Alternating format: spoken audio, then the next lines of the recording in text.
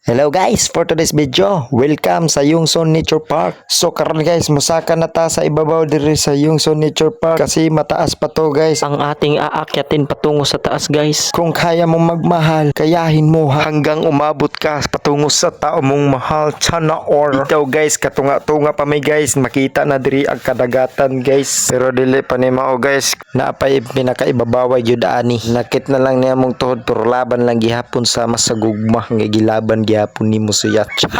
Ug usa pa guys, napagyud ko'y nakita diri ng mga sulat ug ingon pa diri, hilisngag man ang imong ilong ug sumaka pero di ka angay mabalaka kay magpabilin man ang imong kagwapo ug kagwapa.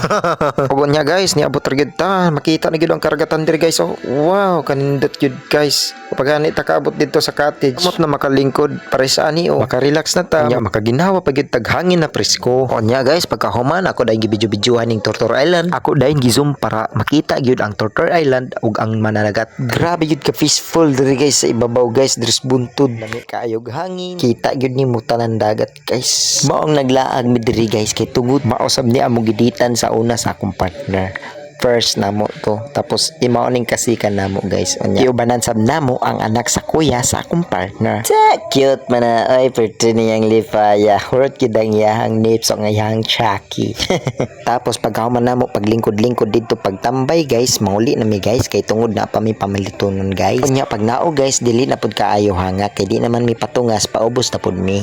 Ug unya guys, marot akong video. I hope na enjoy pud mo sa akong pag-video karon ug akong gipakita karon sa inyo kung unsa kanindot diri sa Yungson Nature Park.